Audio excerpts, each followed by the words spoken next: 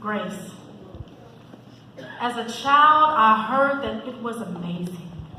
A sweet sound that was somehow saving, for grace saved wretched me. I was so out of place. Headed down the broad road, entered by the wide gate. No concern for God's embrace. No desire to seek his face right. Comfortable in my sinful state. Choosing the ways of death. Living life at my own pace. And yet, he released his grace. Such necessary 5 letters to the Christian faith. Grace.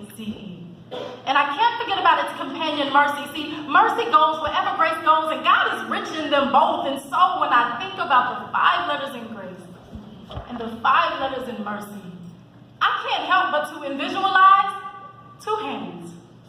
Anthropomorphically, instead of God lifting up his hands to me to reject me, he stretched forth his hands to receive me, to welcome me, to love me in my unlovable state. Hear me clearly. Jesus, God in flesh, stretched out his hands to welcome me openly, publicly, shamefully for shameful me. And to think that I had the audacity to look at Jesus with a turned up nose and a twisted face like he was the disgrace.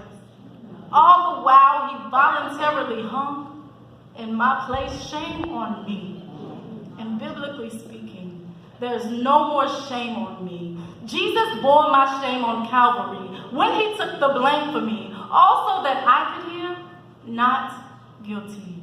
No death sentence for me. I am totally free, and now it's my utmost responsibility to live for him openly, proclaim his name publicly. Jesus is my everything, my hero. Without him, I'm nothing.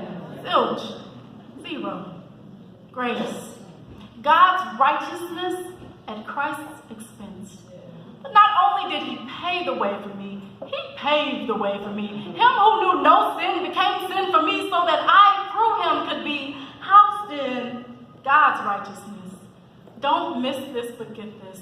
Before the world and its foundation, I was snatched from the grips of Satan and eternal damnation, blood washed from all iniquities and cleansed from all impurities, then seated with the King of Kings way up in the heavenlies above all principalities.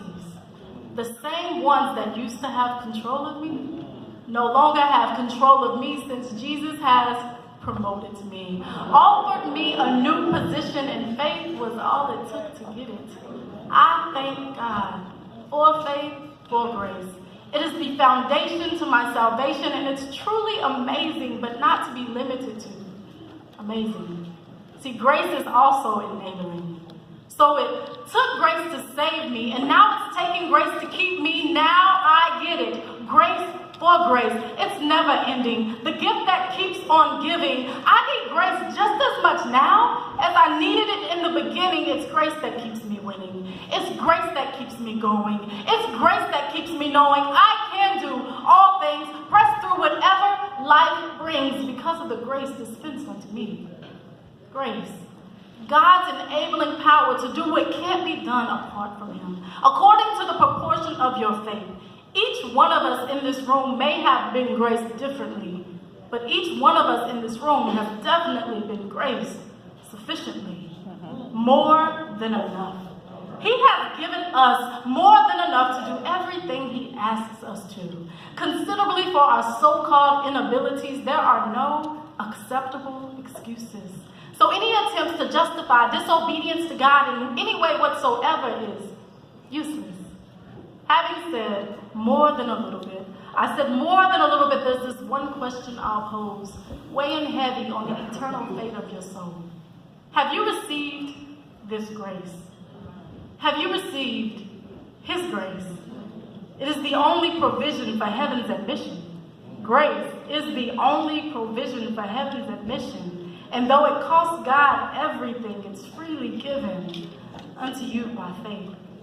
So don't walk away having not received it today. Don't leave this place having not received him today. Jesus is the embodiment of grace. And I repeat, such necessary 5 letters to the Christian faith. G-R-A-C-E. Interchangeable and or exchangeable, J-E-S-U-S. The two are inseparable. Jesus gives grace definition. He's the only reason that when we kneel down to pray, the Father actually listens. So if you can just muster up a mustard seed size faith and believe in his name and the reason he came, thus receiving his grace, Jesus can and he will save you, enable you, and simply amaze you with his amazing grace. Amen.